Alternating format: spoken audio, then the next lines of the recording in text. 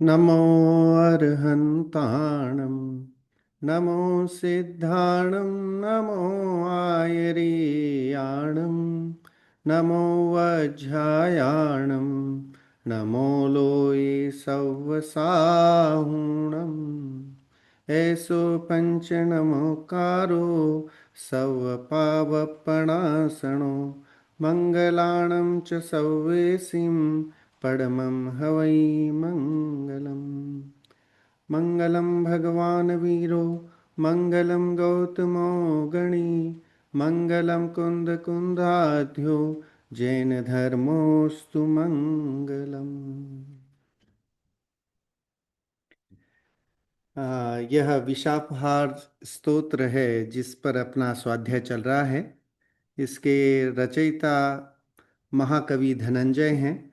स्वाध्याय शुरू करने से पहले जैसा कि हम स्वाध्याय के लाभ गिनते हैं, सो स्वाध्याय का सबसे पहला लाभ क्रोधादि कषायों की मंदता होती है।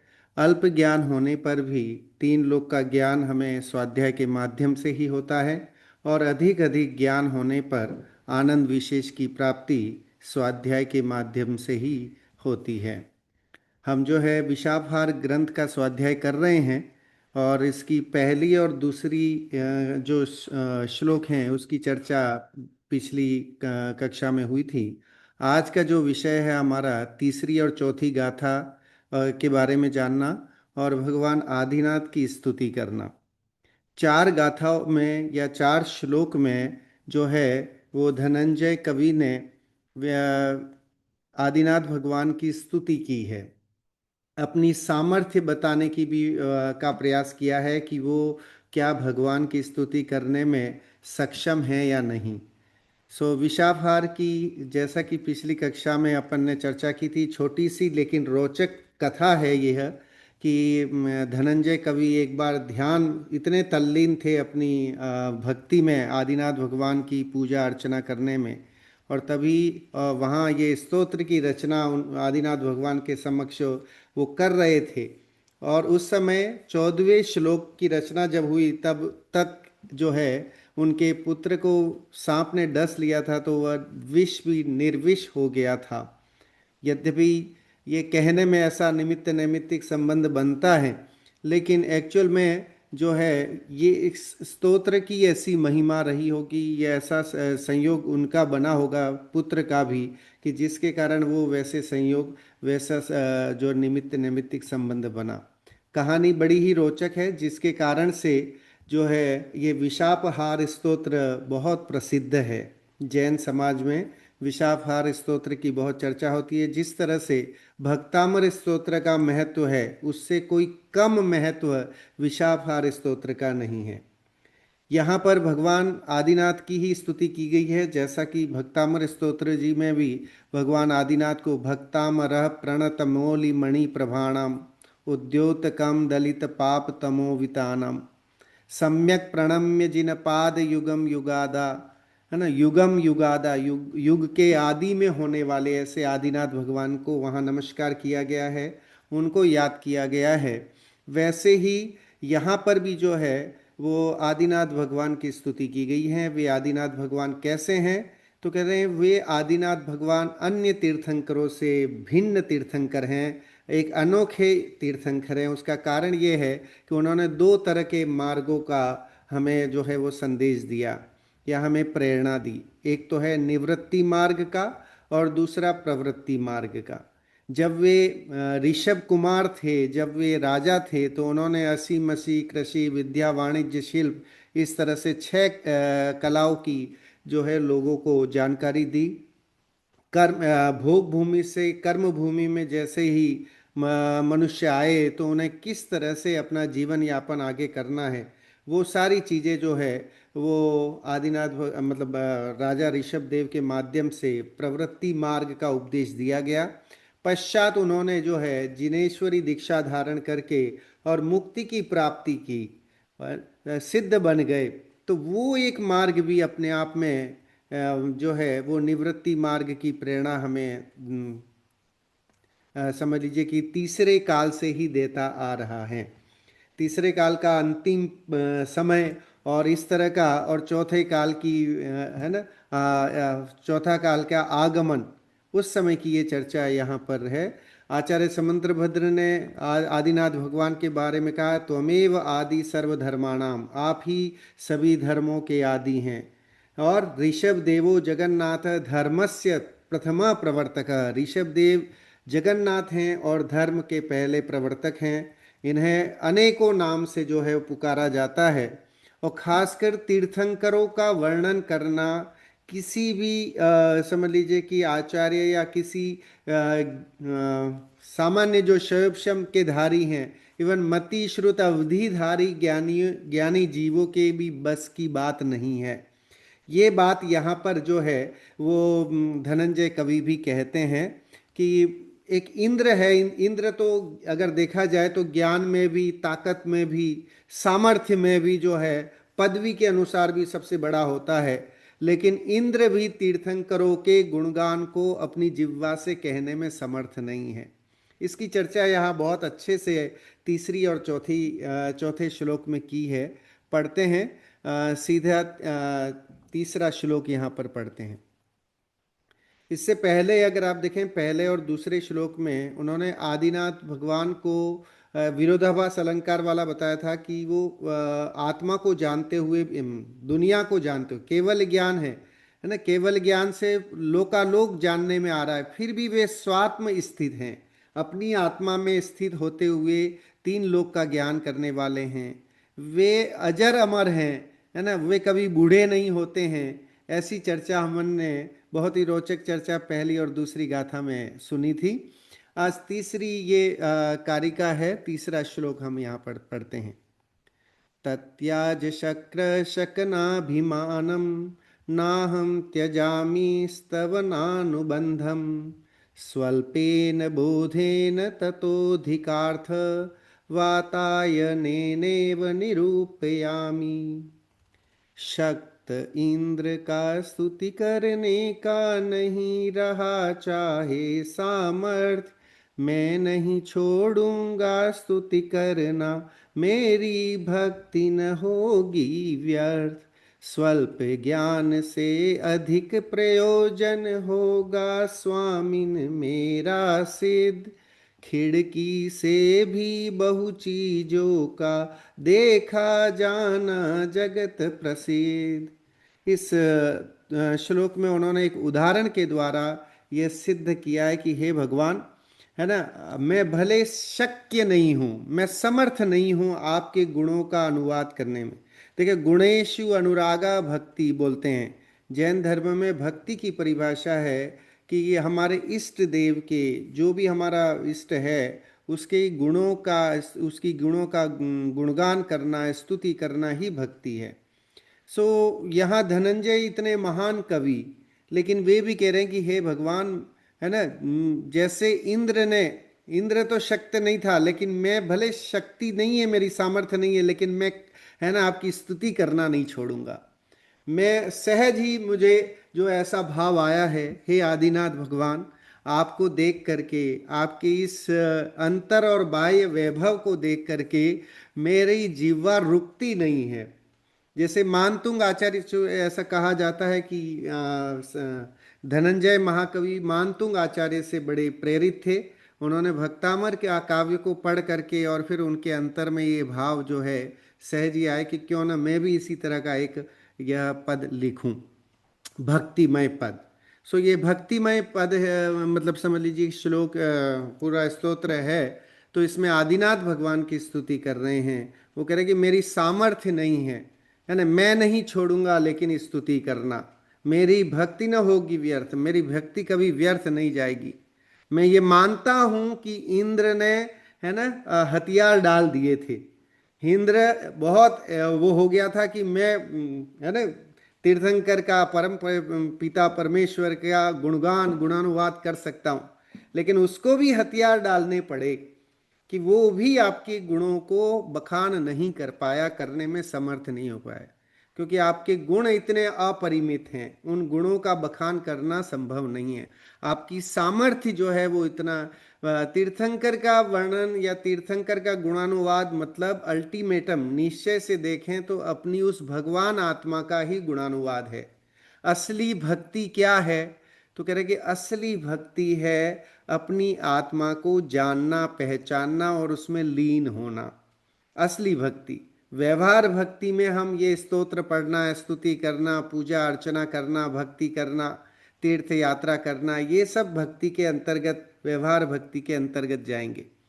लेकिन असली भक्ति क्या है? तो करेंगे असली भक्ति है उस आद्य देव, उस तीर्थंकर को देख करके उसके जैसे बनने की, उसकी जैसी क्वालिटी है वो क्वालिटी मेरे अंदर मौजूद है ना, स्वाभाविक रूप से, अभिव्यक्ति रूप से नहीं है, तो वो उस काम को मुझे करना है। अभिव्यक्ति रूप से कब होगी? कि जैसा काम हमारे तीर्थंकरों ने किया है वैसा ही काम अगर हम करें, उनके समझ लीजिए कि राह पर चलें, तो अभिव्यक्ति संभव है। आत्मा की सामर्थ्य, जैसा कि जैनिज्म में कहा जाता है कि जीव अपेक्षा से कहीं कोई भेदभाव नहीं है। जीव सामान्य की अपेक्षा से देखा जाए तो हम सब, निगोदिया से लेके सिद्ध परमात्मा तक के जीव, जीव सामान्य की अपेक्षा से, स्वभाव की अपेक्षा से, है ना, द्रव्य की अपेक्षा से एक मेक हैं, एक जैसे ही हैं। और पर्याय की दृष्टि से भेद पड़ता है, तो कह रहे कि वो पर्याय की भेद भी जो है वो निश्चय भक्ति से छूट जाता है, निकल जाता है। असली भक्ति तभी होती है जब परम पिता, है ना, आदिश्वर स्वामी को सामने देख करके अपने अंतर के आदिश्वर को पहचान लें, उसका नाम असली भक्ति है ना, निश्चय भक्ति जिसे अपन कहते हैं। सो बहुत ही गजब का पद है। अन्वयार्थ पढ़ते हैं। शक्र जो है शब्द इंद्र के लिए, इंद्र का पर्यायवाची शब्द है। तो शक्र मतलब इंद्र ने, शकनाभिमानम, स्तुति कर सकने की शक्ति का अभिमान, वो अपने आप को ये बड़ा बता रहा था कि मैं तो, है ना, तीर्थंकरों की स्तुति कर सकता हूँ, मैं भगवान की, तीन लोक के नाथ की स्तुति करने में मैं समर्थ हूँ, मेरे पास इतना अवधि ज्ञान है, मैं ना मति ज्ञान है, श्रुत ज्ञान है, अवधि ज्ञान है, तीन तीन ज्ञान का धारी। तो कह रहे कि छोड़ दिया, लेकिन उसको भी है ना अपना हथियार डालने पड़े। किंतु अहम मतलब मैं, स्तवनानुबंधम, अनुबंध मतलब कॉन्ट्रैक्ट करना, तो मैं स्तुति करने का मैंने कॉन्ट्रैक्ट लिया है, अनुबंध किया है, मैं प्रण कर रहा हूं, या मैं ये प्रण लेने लगा, करने लगा हूं कि मैं तो स्तुति करके ही छोड़ूंगा, है ना। उसने तो हथियार डाल दिए थे लेकिन मैं नहीं डालने वाला। तो यहाँ धनंजय कवि जो है, महाकवि धनंजय कह रहे हैं कि हे भगवान आदिनाथ, मैं आपकी स्तुति करना नहीं छोड़ सकता हूं, तो न त्यजामी, मैं छोड़ूंगा नहीं, है ना, नहीं छोड़ रहा हूं मैं। वातायनेन इव, वातायन बोलते हैं झरोखे को, खिड़की को। तो खिड़की का आकार प्रकार बहुत छोटा होता है ना, लेकिन थोड़े से, स्वल्पेन बोधेन, थोड़े से ज्ञान के द्वारा इस झरोके और ज्ञान से अधिकार्थम, अधिक अर्थ को निरूपयामी, निरूपित कर रहा हूं। कह रहा कि जैसे खिड़की, छोटे से झरोके में हम बहुत बड़ी बड़ी चीजें देख लेते हैं। जैसे वो दूरबीन होता है, तो दूरबीन में क्या, छोटा सा कांच लगा होता है, जो भी उसका लेंस होता है, तो उस छोटे से लेंस से आप बड़े बड़े हाथी, डायनासोर, ये सब कुछ देख पाते हो। आपकी और हमारी आंखें भी बहुत छोटी छोटी हैं, लेकिन उससे पूरा वर्ड हमारे ज्ञान में आता है। तो कहना कि मैं उस झरोके की तरह, मेरा ज्ञान बड़ा अल्प है, अत्यल्प ज्ञान है, मेरे पास ज़्यादा ज्ञान नहीं है, लेकिन फिर भी मैं अधिक अर्थ को, आपकी जितने गुण हैं उन गुणों को, अधिकाधिक गुणों को मैं वर्णन करने के लिए लालायित हूँ, मैं करना चाहता हूँ। तो आप देखिए यहाँ पर जो है वो स्वयं असमर्थता मतलब वैसे कर नहीं पाएंगे, ये उन्हें पता है, लेकिन फिर भी वे भगवान के गुणों का वर्णन करने के लिए उद्यत हुए हैं। देखिए भावार्थ पढ़ते हैं। जिस तरह छोटे से झरोके में झांक कर उससे कई गुणी वस्तुओं का वर्णन किया जाता है, उसी तरह मैं भी अपने अल्प ज्ञान से जानकर आपके गुणों का वर्णन कर रहा हूं। कह रहे कि जैसे झरोकों में देख करके पूरी दुनिया का वर्णन, बाहर क्या हो रहा है वो सब वर्णन किया जा सकता है। तो ऐसे ही मेरे पास क्षयोपशम ज्ञान है, तो उतने क्षयोपशम ज्ञान का धारी मैं, है ना, ये एक प्रयास कर रहा हूं कि मैं आपके गुणों का बखान कर पाऊं, गुणों का वर्णन कर रहा हूं। मुझे अपनी इस अनोखी सूझ पर हर्ष और विश्वास दोनों है। कह रहे कि उनको खुशी भी हो रही है भगवान तीन लोक के नाथ की स्तुति करते हुए, और उन्हें विश्वास है कि मैं अपनी सामर्थ्य के अनुसार स्तुति कर पाऊंगा, उनकी भक्ति कर पाऊंगा। इसलिए मैं इंद्र की तरह अपनी शक्ति को नहीं छिपाता। इसलिए वो कह रहे हैं कि मैं इंद्र की तरह अपनी शक्ति को छिपाने वाला नहीं हूं, मैं तो उजागर होकर के अपनी शक्ति को बता रहा हूं। मैं भगवान की शक्ति के लिए लालायित हूं। जैसे भक्तामर जी के वो छठे श्लोक में, है ना, वो मानतुंग आचार्य इतने ज्ञानी आचार्य, लेकिन वे भी आदिनाथ भगवान की स्तुति में जो है वो अपने आप को अल्पज्ञ कहते हैं। अल्प श्रुतम श्रुतवताम परिहास धाम त्वद्भक्ति रेव मुखरी कुरुते बलान माम यत को किलह किल मधो मधुरम विरोति तच्चारु चाम्र कलिका निकरे कहेतु। वहाँ कह रहे हैं कि जैसे वो कोयल जो है, उस कोयल, वसंत तो आता ही है, वसंत का मौसम है, हरियाली है ना, हर जगह फूल खिले हुए हैं, ये सब माहौल तो देखती ही है, उससे तो होती ही है। लेकिन आम स्पेशल एक आम है ना, फलों का राजा है। तो आम की उसमें फल की या आम के पेड़ पे बौर आना, और वो जो उसके छोटे छोटे फूल आते हैं, तो उन फूलों की सुगंध, और वो आम अपने आप में बहुत गुणी फल है, तो उसकी सुगंध को देख करके सहज ही कोयल की जो है मधुर स्वर लहरी निकल जाती है, मधुर गीत निकल जा रहा है। लिखा ना, मैं तो अल्प ज्ञानी हूँ।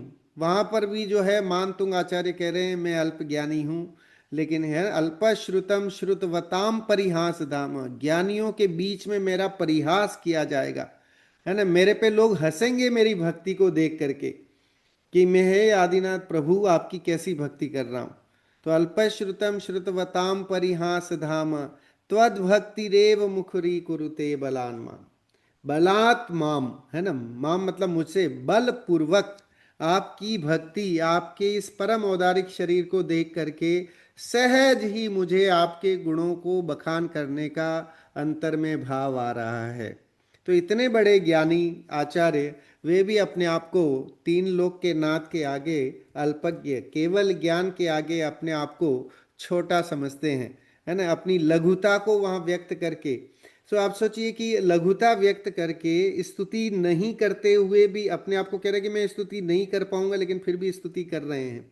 सो ये भी एक विरोधाभास है। जैसा अपन ने पिछली गाथाओं में, पहली और दूसरी गाथा, पहली गाथा में विरोधाभास अलंकार का वो देखा था, तो ऐसे ही इस स्तोत्र में भी अलंकार से भरा हुआ ये स्तोत्र है। अलग अलग अलंकारों का प्रयोग यहाँ पर महाकवि धनंजय ने किया है। सो अल्प ज्ञान होने पर भी हे स्वामी, आपकी स्तुति करने को मैं उद्यत हुआ हूँ। मेरे में ज़्यादा ज्ञान नहीं है, लेकिन हे भगवान, हे तीन लोक के नाथ, मैं आपकी स्तुति करने के लिए उद्यत हुआ हूँ। मैं ये जानने के लिए उद्यत हुआ हूँ कि आत्मा के गुण कैसे हैं, आत्मा का वैभव कैसा है ना। आप देखिए पूजन का आता है, जब भी अगर आप जिनेंद्र अर्चना पुस्तक अगर आप पढ़ेंगे तो उसकी प्रस्तावना में दिया हुआ है कि पूजा क्यों करनी चाहिए, कैसे करनी चाहिए, और पूजन का फल क्या है।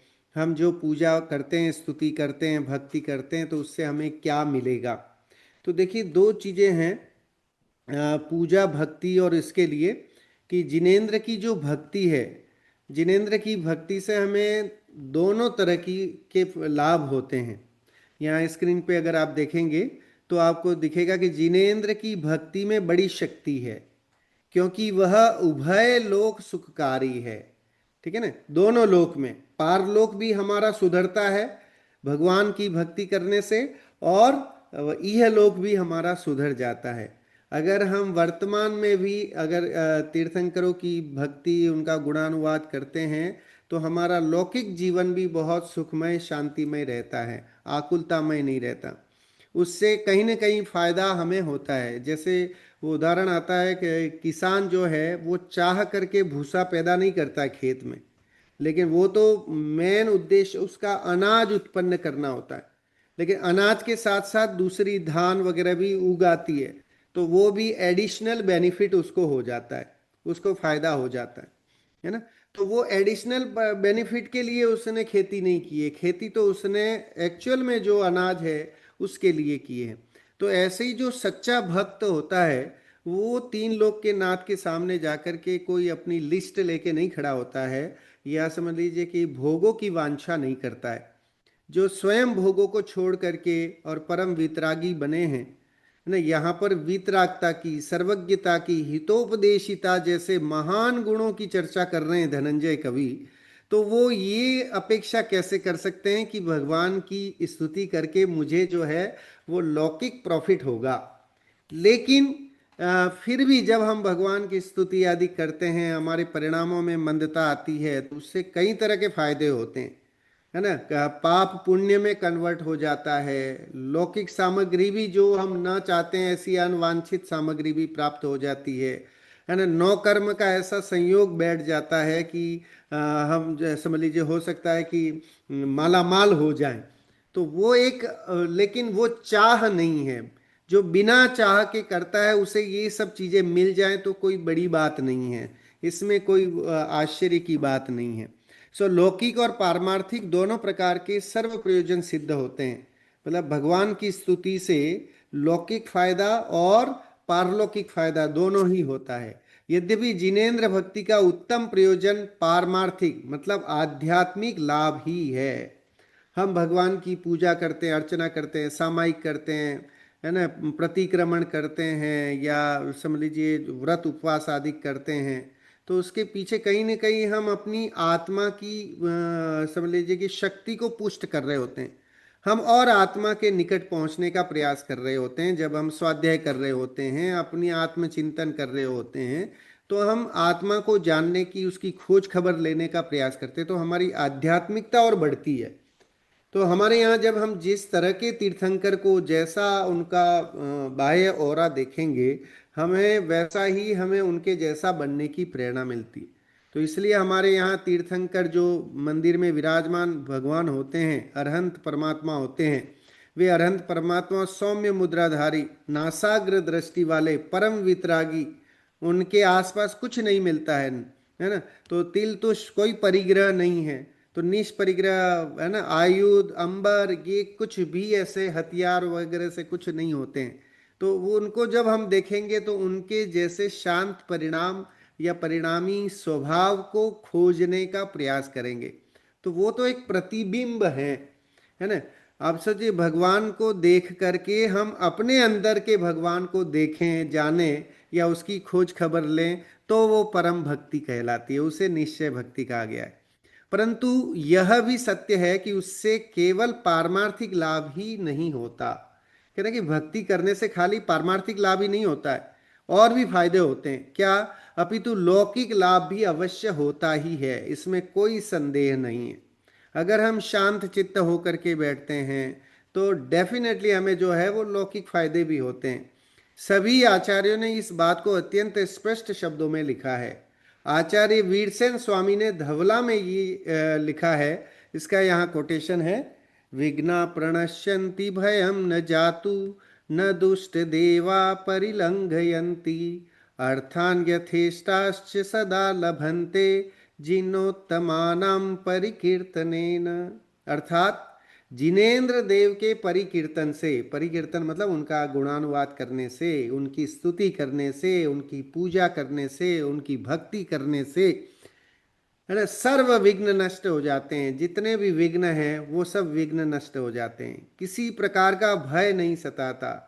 जो जिनेन्द्र का दासानुदास है उसे सारे भय दूर हो जाते हैं। सम्यक्त्व की प्राप्ति होते ही, है ना, सारे भय, सप्त भय का अभाव हो जाता है। दुष्ट देव पीड़ित नहीं करते, कोई कुदेवादि आकर के जिनेन्द्र का जो दासानुदास है उसे परेशान नहीं करते, और सदा यथेष्ट अर्थों की प्राप्ति होती है। जो जो चीजें चाहिए वो सहज मिलता जाता है, वैसे संयोग बनते जाते हैं जो जिनेन्द्र के सच्चे भक्त होते हैं। जो जिनेंद्र भगवान के दर्शन करके उनसे कोई भोगादिक की वांछा नहीं रख करके निर्वांछक हो करके उनकी आत्मा के समान अपने भगवान आत्मा का परिचय करते हैं उनके दर्शन के माध्यम से, ऐसे भव्यात्माओं को सहज ही लौकिक वस्तुएं मिल जाएं तो इसमें कहीं को विस्मयो अत्र, इसमें कोई विस्मय की बात नहीं है। मानतुंग आचार्य भी लिख के गए हैं भक्तामर जी में कि इसमें को विस्मयो अत्र, इसमें क्या विस्मय है कि अगर कोई किसान है ना अनाज उगाए और उसके साथ उसकी और धान घास फूस उग आ जाए तो को विस्मयो अत्र, उसमें विस्मय करने की क्या आश्चर्य, वो तो मिलता ही है ना, इतना सारा तो वो होगा ही होगा। तो ऐसे ही सहज ही वो हो जाएगा। अगर दूध आया है घर में तो उस दूध से आप 10 चीजें बना सकते हो। आप चाहो तो पनीर बना लो, आप चाहो तो दही बना लो, आप चाहो तो मक्खन बना लो, आप चाहो तो घी बना लो, है ना, और आप चाहो तो कोई मिठाई बना लो, ये आपके ऊपर है। सहज ही वो चीजें मिल जाती हैं। तो इसलिए हमें जो है कि मैं स्वयं वो वहां पर वो कह रहे हैं धनंजय कवि कि मैं आपके गुणों का वर्णन तो नहीं कर पा रहा हूं लेकिन सहज ही भक्ति के भाव हुए हैं तो मैं छोड़ूंगा नहीं, लेकिन मैं तो भक्ति करके ही रहूंगा। तो वो कह रहे कि हे प्रभु, आपके गुणों का वर्णन करने में मैं शक्य नहीं हूं। देखिए, स्तुति की कुछ सामर्थ्य भी है, कुछ मुख्य सामर्थ्य हैं। अगर हम स्तुति करते हैं, भगवान का गुणानुवाद करते हैं तो बहुत बेनिफिट होते हैं। जैसे आप देखिए, पहला तो चित्त का द्रवीकरण, मन हमारा शांत होता है। जब हम मंदिर जी में जाते हैं तो मंदिर जी में जाते ही वहाँ का जो ओरा, वहाँ का आवरण वो देख करके सहज ही वो भाव बन जाते हैं। वैसे मन पवित्र हो जाता है वहाँ जा कर के, है ना, वितरागी देव के दर्शन करके, वहाँ के समझ लीजिए घंटनाद को सुन करके सहज ही हमारा मानस्तंभ को देख करके मान गलित हो जाता है। और सहज ही ऐसा संयोग बनता है कि हमारा मन जो है वो बड़ा चंचल है, लेकिन फिर भी मन वहाँ ऐसे वैभव को, उनके अंतर्बाह्य वैभव को देख करके बड़ा शांत हो जाता है, जिससे उसमें अच्छे संस्कार, वासनाएं दृढ़ता से स्थापित होते हैं और व्यक्ति आनंद की ओर बढ़ता है। इसलिए देव दर्शन या समझ लीजिए इसलिए जिनेंद्र दर्शन जो है वो आवश्यक बताए गए हैं। फिर है पाप का नाश होता है। अगर हम स्तुति करेंगे, हम गुणानुवाद करेंगे, तो जब जब हम गुणानुवाद कर रहे हैं उस समय हम कषायों से बचते हैं। तो कषायों से बचते हैं तो पाप से बचते हैं। उस समय हम टीवी नहीं देख रहे होते हैं, उस समय खाना नहीं बना रहे होते हैं, उस समय हम और दूसरे पाप के काम नहीं कर रहे होते हैं। ईर्ष्या नहीं, जय द्वेष नहीं, क्रोध मान माया लोभ आदि कषाय परिणाम नहीं। तो जब ऐसे परिणाम नहीं होंगे तो पाप बंधेगा या पुण्य बंधेगा? तो सहज ही अगर हम भगवान के गुणानुवाद करते हैं, चाहे कभी भी करें, तो जैसे ही गुणानुवाद शुरू होता है तुरंत ही हमारा जो है वो पाप नष्ट होता है और पुण्य का जो बैलेंस है वो बढ़ता जाता है ना। सो देखिए, स्तुति पाठ से संचित पापों का क्षण भर में नाश हो जाता है। जैसे भक्तामर स्तोत्र के श्लोक बताते हैं कि स्तुति से पाप क्षय होता है। पापम क्षणात् क्षयम उपेति शरीर भाजम, है ना, कि क्षण मात्र में हे आदिनाथ भगवान, आपकी स्तुति करने से, हे आदिनाथ प्रभु, हे आदिनाथ स्वामी, आपकी स्तुति करने से क्षण भर में पापों का क्षय हो जाता है। फिर तीसरा फायदा, कर्म बंधन शिथिल होते हैं। तो अब जो अनादि से बंधे हुए कर्म की श्रृंखला है, जो ये मानते हैं कि कर्म जो है हमारे साथ, उनका जो संयोग संबंध है जीव और कर्मों का अनादि से चला, अनादि संबंधे च, ऐसा कहा गया है कि अनादि से जीव का और ये कर्मों का संबंध चला आ रहा है। जब से तिल में तेल है तभी से इस, है ना, समझ लीजिए शरीर के साथ ये नौ कर्मादिक जो है, नौ कर्म, द्रव्य कर्म, भाव कर्म, इसके साथ जीव का संयोग संबंध बना हुआ है। सो वो भी कटता है ना। पाप कर्म का क्षय होता है, या पाप कर्म उदय उदीर्णा में जल्दी आ जाते हैं, उनका उत्कर्षण अपकर्षण हो जाता है। ये सब भी भगवान के गुणानुवाद से संभव है, पॉसिबल है। जब हम तीन लोक के नाथ का स्तवन करते हैं, जब हम खाली नमोकार मंत्र भी बोलते हैं, तो पांचों परमेष्टियों का स्तवन करते हैं, तो उस समय ये सारे बेनिफिट अल्टीमेटम में, है ना, ये इनडायरेक्टली बेनिफिट हमें होते जाते हैं। इसका हमें एहसास नहीं होता है, लेकिन जब भी हम शांत चित्त होकर के बैठते हैं तो हम इमीडिएट तुरंत ही जो है अपने पापों का क्षय करते हैं, कर्म बंधन की को शिथिल करते हैं। सो भगवान के गुणों का स्मरण और स्तुति करने से कर्म बंधन ढीले पड़ जाते हैं। जैसे चंदन के वृक्ष पर मोर के आने से उससे लिपटे सर्प शिथिल हो जाते हैं। कल्याण मंदिर स्तोत्र में इसका वर्णन आता है, चंदन है ना, वृक्ष व्यापत नहीं, लिपटे रहित भुजंग। इस तरह से इसमें कह रहे कि आप देखिए चंदन का जो पेड़ है उस पर सांप लिपटे रहते हैं, क्योंकि चंदन शीतल होता है, सुगंधित होता है, तो सांप उस पर लिपटे रहते हैं। लेकिन मोर को देख करके वे भी शिथिल हो जाते हैं, भाग जाते हैं अपनी उससे। तो ऐसे ही कह रहे हैं भगवान के गुणानुवाद से, भगवान की पूजा अर्चना भक्ति करने से स्वयमेव कर्मों का बंधन ढीला पड़ता है और धीरे धीरे जो है वो पाप कर्म पुण्य में संक्रमित हो जाते हैं। और इस तरह से आगे जाकर के संयोग ऐसे बनते हैं कि निष्कर्म वाली अवस्था हमें परंपरा से, भगवान के दर्शन से, उनके गुणानुवाद से मिलती है। मोक्ष का मार्ग प्रशस्त होता है जब हम नमोकार मंत्र का पाठ कर रहे होते हैं, जब हम मंदिर जी में भगवान की स्तुति कर रहे होते हैं, पूजा पाठ कर रहे होते हैं, तो उस समय हम और मोक्ष, हमारा मोक्ष का मार्ग प्रशस्त होता है। हमें धर्म के प्रति आस्था और प्रगाढ़ होती है और हम भगवान के स्वरूप को जान करके, है ना, उनके समझ लीजिए, जो जानदी अरहत्तम दव्वत गुणत पज्जयत तेहिम सो जानदी अप्पाणम, कि जो अरहंतों के द्रव्य गुण और पर्याय को जानता है तो वो जानने का अवसर कहाँ मिलेगा हमें? तो कह रहे हैं भगवान के गुणानुवाद से, उनकी स्तुति करने से, उनकी भक्ति करने से, उनके पूजन पाठ आदि करने से हमें वो वस्तु जो है मिलेगा, जिससे हम अपनी आत्मा को जान पाएंगे। हमारा प्रयोजन है अपनी आत्मा को जानना, हमारा प्रयोजन भक्ति करना नहीं है, हमारा प्रयोजन पूजा करना नहीं है।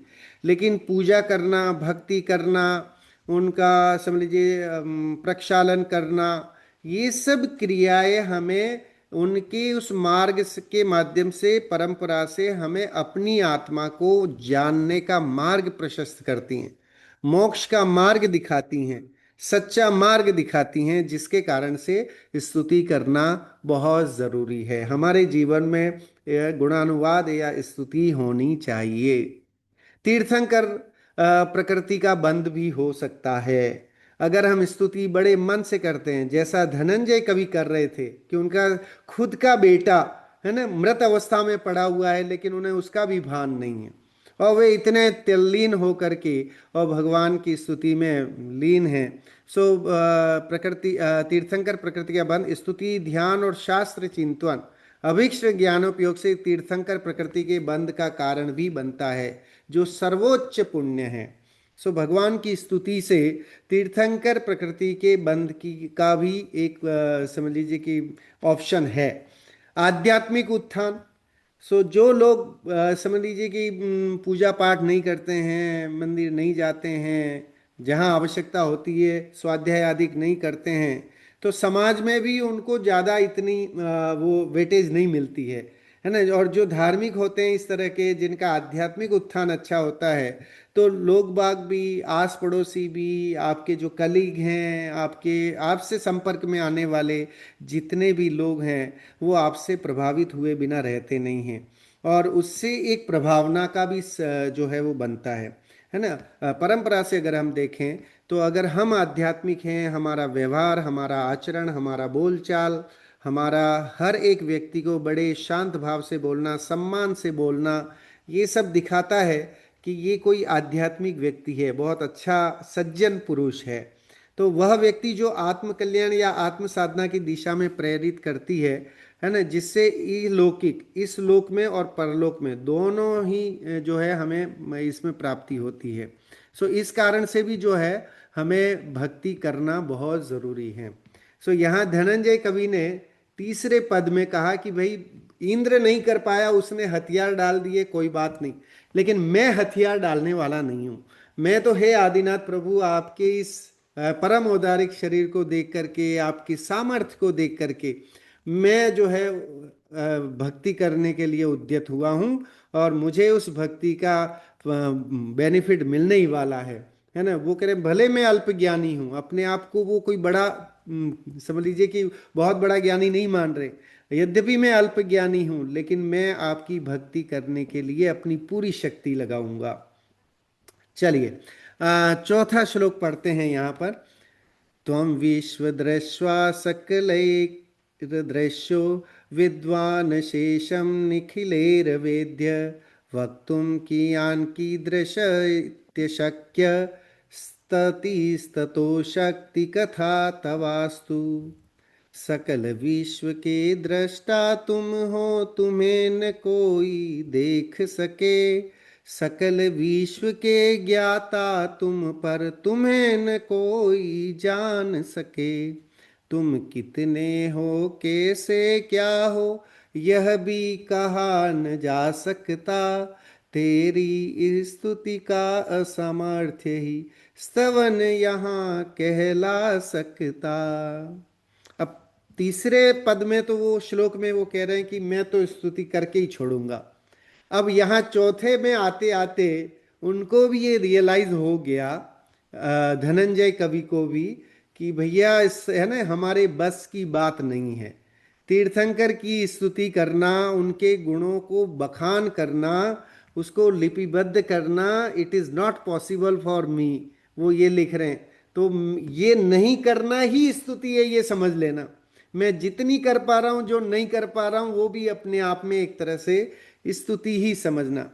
फिर पहले वो बताते हैं कि सकल विश्व के दृष्टा तुम हो। हे भगवान, आप तीन लोक के दृष्टा हो। तीनों लोक आपके हाथ में रखे हुए आंवले की तरह प्रत्यक्ष है ना।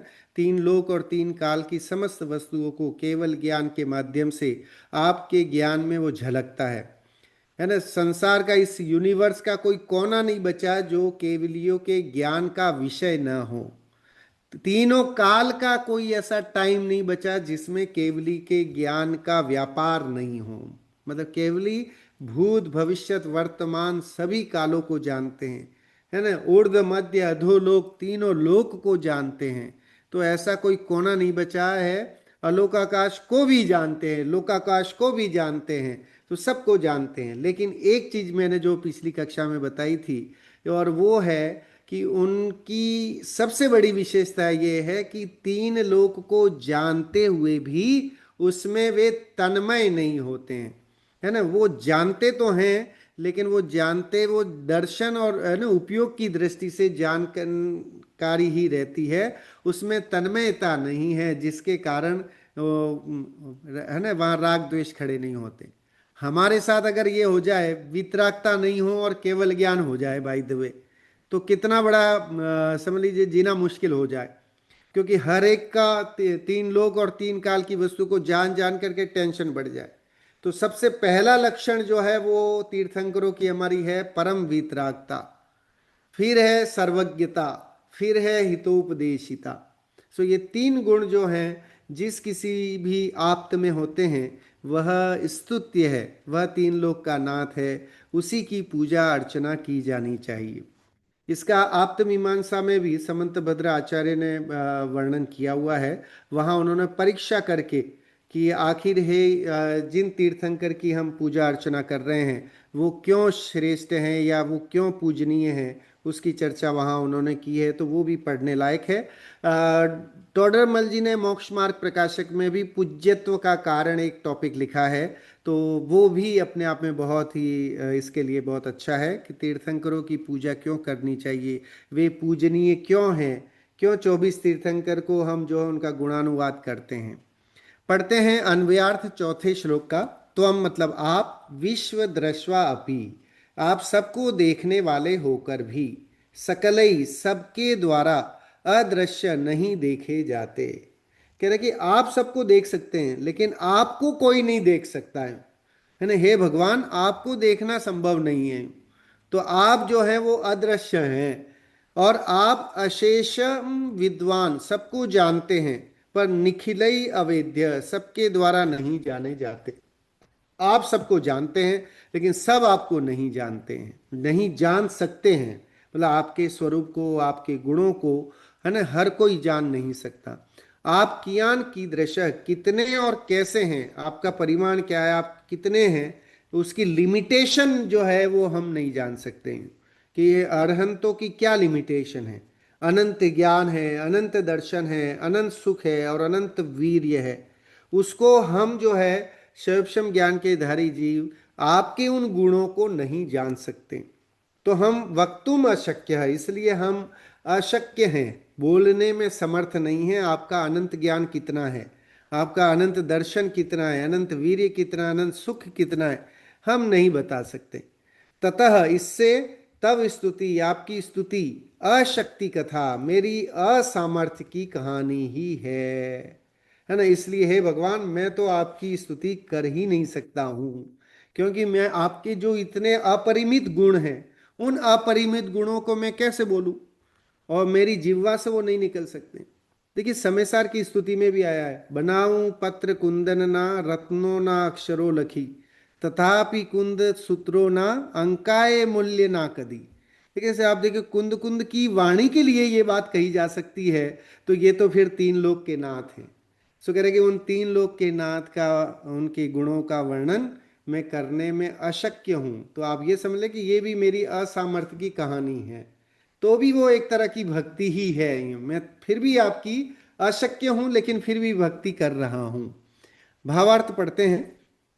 आप सबको देखते हैं, पर आपको देखने की किसी में शक्ति नहीं है। ठीक है, भगवान तीन लोक के नाथ हैं तो सबको देख सकते हैं, लेकिन हम सब जो हैं वो भगवान को नहीं देख सकते हैं। आप सबको जानते हैं, पर आपको जानने की किसी में शक्ति नहीं है।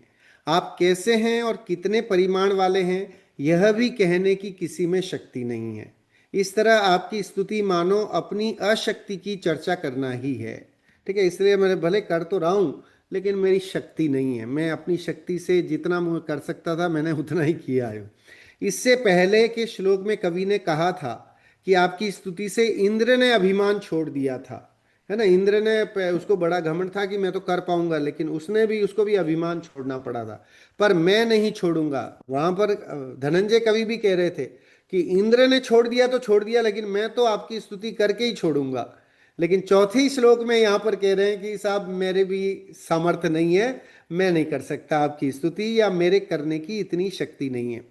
अर्थात मुझ में स्तुति करने की शक्ति है, पर जब वे स्तुति करना प्रारंभ करते हैं और प्रारंभ में ही उन्हें कहना पड़ता है कि सब में आपको देखने की, जानने की अथवा कहने की शक्ति नहीं है, जिसका तात्पर्य अर्थ यह होता है कि मुझ में भी उसकी शक्ति नहीं है, तब उन्हें भी अंत में स्वीकार करना पड़ता है कि इंद्र ने जो शक्ति का अभिमान छोड़ा था वह ठीक ही किया था, और मेरे द्वारा की गई यह स्तुति भी मेरी अशक्ति की कथा ही है। तो कह रहे कि ये जो मैं भी, उन्होंने थोड़ा बहुत जो अभिमान उनको था कि मैं कर पाऊंगा, तीसरी श्लोक में, तो चौथे श्लोक में आकर के कह रहे हैं कि हे प्रभु, हे स्वामी, मैं आपके गुणों का बखान, आपके इस अपरिमित गुणों का, अनलिमिटेड, है ना, अनलिमिटेड गुणों का बखान नहीं कर सकता। तो सोचो आत्मा में कितने गुण हैं। तीर्थंकरों के जो गुण, अरहंत के जो गुण है, हम अनंत चतुष्टय खाली बोल करके रह जाते, लेकिन वो अनंत चतुष्टय कितने हैं कि उसका बखान करना संभव नहीं है। उसका स्वसंवेदन तो जब हम अरहंत बनेंगे, है ना, वो अवस्था आएगी तभी संभव है, अदरवाइज नहीं है। तो इस तरह से तीर्थंकरों के उस वैभव को या आत्मा के वैभव को देखो, शास्त्रों में अगर आप देखेंगे तो आचार्यों ने तो यहाँ तक कह दिया कि मैं आत्मा के अंदर के जो अनंतानंत गुणों से भरा ये गुणों का गोदाम भगवान आत्मा है, सो उस भगवान आत्मा के गुणों को अपनी जिह्वा से कहने में कोई आचार्य समर्थ नहीं है ना। उन्होंने जितना अनुभव किया उसको उन्होंने कुछ अंश में, अंशांश बोलते कि अंशांश ही लिखा है जो हमारे पास आज जिनवाणी के रूप में उपलब्ध है। लेकिन असली आत्मा का आनंद कितना होगा, वो तो जब आत्म अनुभव होगा, अनुभूति होगा, होगी, तभी उसका हम जो है उसको उसका वेदन कर पाएंगे, उसका आनंद ले पाएंगे, है ना। जैसे कहते हैं ना कि बिना मरे स्वर्ग नहीं है, तो ऐसे ही कि जब हम स्वयं इसका अनुभव करेंगे तभी हमें उसकी प्राप्ति होगी। तो इस तरह से स्तुति के बहुत अच्छे श्लोक यहाँ पर जो है, ये दोनों चार श्लोकों में समझ लीजिए धनंजय कवि ने भगवान आदिनाथ स्वामी की स्तुति की है। उनके गुणों को समझ लीजिए कि आदिनाथ भगवान को प्रजापति कहा जाता है, पालनहार भी कहते हैं। क्यों? क्योंकि उन्होंने असी मसी कृषि विद्या वाणिज्य शिल्प आदि का, है ना, संदेश दिया, प्रवृत्ति मार्ग का उपदेश दिया, निवृत्ति मार्ग का उपदेश दिया अपने समो शरण के माध्यम से। और इस जगत के लोगों को आज भी, मतलब आदिनाथ भगवान इस जगती तल के लोगों को मोक्ष का मार्ग जो है वो प्रशस्त कर रहे हैं। ऐसे प्रथम तीर्थंकर जो भगवान आदिनाथ हैं, उनकी हम और आप यहाँ इस विशापहार स्तोत्र के माध्यम से स्तुति कर रहे हैं, उसको समझने का प्रयास कर रहे हैं। जब तक एक एक शब्द का थोड़ा अर्थ कवि ने किस प्रयोजन से लिखा है, उसका अन्वय क्या है, ये अगर हम पढ़ते हैं तो एक आनंद विशेष आता है, मज़ा आता है उसको पढ़ने में, कि सोचो उस कवि ने उस समय किस भावनाओं से और कैसी उसकी परिणति रही होगी जब वो इस तरह की बातें वहाँ भगवान के, आदिनाथ भगवान के सामने बैठ कर के लिख रहा होगा कवि, है ना। सो वो यहाँ तक, और भगवान की स्तुति से मिथ्या भ्रांति का भी नाश हो जाता है। जो हमें, हमारा इस स्वाध्याय का अचीवमेंट है ना, ऑब्जेक्टिव हमारा ये है कि हमारी मिथ्या भ्रांति टूटती है, मिथ्यात्व का नाश। भगवान की भक्ति से सबसे बड़ा फायदा, है ना, ये जैसे वो धान की तरह अनएक्सपेक्टेड प्रॉफिट हो जाता है। तो यद्यपि यहाँ भगवान की स्तुति करते हुए किसी भी प्रकार के वरदान की आकांक्षा नहीं की गई है, तथापि बिना आकांक्षा के ही बालक का विष उतर जाता है। इसी तरह आत्मा के अंतर ज्ञान एवं ध्यान के फलस्वरूप बिना याचना के ही मिथ्या भ्रांति एवं राग द्वेष का अभाव सहज स्वभाव की धून में ही हो जाता है। बहुत बड़ी बात है ये, कि उन्होंने भी ये चाह करके जो है वो स्तुति नहीं की थी। विशापहार स्तोत्र इसलिए नहीं लिखा था कि बेटे का जो सांप ने डसा है तो वो जहर दूर हो जाए, वो सहज ही ऐसा बन गया, है ना, बिना आकांक्षा के, निर्वांछक होकर के स्तुति की, तो उसका फायदा जो है, उनका जो पाप का उदय आना था वो संक्रमित होकर के पुण्य में संचित हो गया और बेटा जो है वो निर्विष हो गया। तो ये सहज ही ऐसा भक्ति का बेनिफिट होना हुआ। वैसा ही जैसा एक किसान को अनाज उगाते वक्त धान की प्रॉफिट हो जाती है, जिसकी उसको अपेक्षा नहीं होती है, अनएक्सपेक्टेड मिल जाता है ना। अभी आजकल अगर आप देखें तो आरबीआई ने एक नोटिफिकेशन निकाला हुआ है कि भाई कई सालों से है ना, बैंकों में बहुत सारा पैसा लोगों का फंसा हुआ है। या तो लोग मर गए, कोई कई बार होता है ना कि भाई पूरी के पूरा परिवार ही डेथ हो गई, अब उसका कोई उसका नॉमिनी नहीं है, या किसी का पैसा वैसा रह गया है, तो वो पैसा जो है वो सार आरबीआई ने नोटिस निकाला कि सारे बैंकों को बोला कि जो आपके पास है वो सारा आरबीआई में डिपॉजिट करा दो। तो आरबीआई के पास इतना अनवांटेड इतना पैसा आ गया है। तो वो कैसे आ गया? कि वैसे ही धुन की तरह ही, कि भाई वो धुन जैसे हो जाती है वैसे वो किसी को पता चले कदाचित, और कहीं से पता चले कि साहब मेरी तो 1 करोड़ की जो है वो दादा परदादा हमारी एफडी करा के गए थे और आज इसकी वैल्यू 1 करोड़ है। तो आहा, वो अनएक्सपेक्टेड, जो एक्सपेक्टेड नहीं था। तो सहज ही ऐसा संयोग किसी का बन सकता है, पुण्य का उदय ऐसा हो तो वो संभव हो सकता है। सो यहाँ लेकिन स्तुति करने से, भगवान की पूजा पाठ करने से, उनसे कोई भोगों की वांछा की कामना एक सच्चा जैन भक्त तीर्थंकर का दासानुदास तो नहीं कर सकता है। जो अपने आप को तीर्थंकर का दासानुदास कहलाने योग्य समझता है, उसे भोगों की वांछा तो कतई नहीं करना चाहिए, हो ही नहीं सकती, वो दासानुदास कहलाएगा ही नहीं। और जो भोगों की वांछा करता है वो वाकई वो भक्त ही नहीं है, उसके लिए वो भक्ति भक्ति है ही नहीं। वो एक दिखावा है, एक छल है, एक प्रपंच है। असली भक्ति तो वही है कि सामने भगवान को देख करके अंतर के भगवान की सुध आ जाए।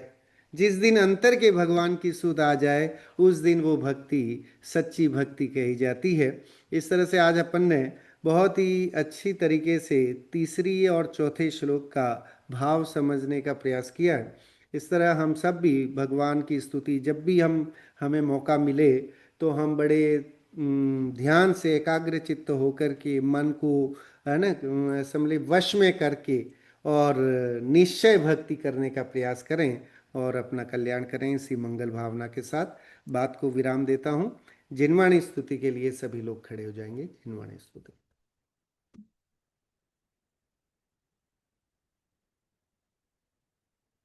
मिथ्यातम नाश वे को ज्ञान की प्रकाश वे को आपा पर भास वे को भानु सी बखानी है। छहों द्रव्य जान वे को बंध विधि मान वे को स्वपर पिछान वे को परम प्रमानी है। अनुभव बताए वे को जीव के जताए वे को काहू न सताए वे को भव्य उर आनी है। जहाँ तहाँ तार वे को पार के यो तार वे को सुख विस्तार वे को यही जिनवाणी है। हे जिनवाणी भारती तो ही जपो दिन रैन जो तेरी शरणा गहे सो पावे सुख चैन। जिनवाणी के ज्ञान ते सूझे लोकालोक सो वाणी मस्तक धरूं सदा देत हूँ भोग। सभी 9 बार नमोकार मंत्र का जाप करेंगे।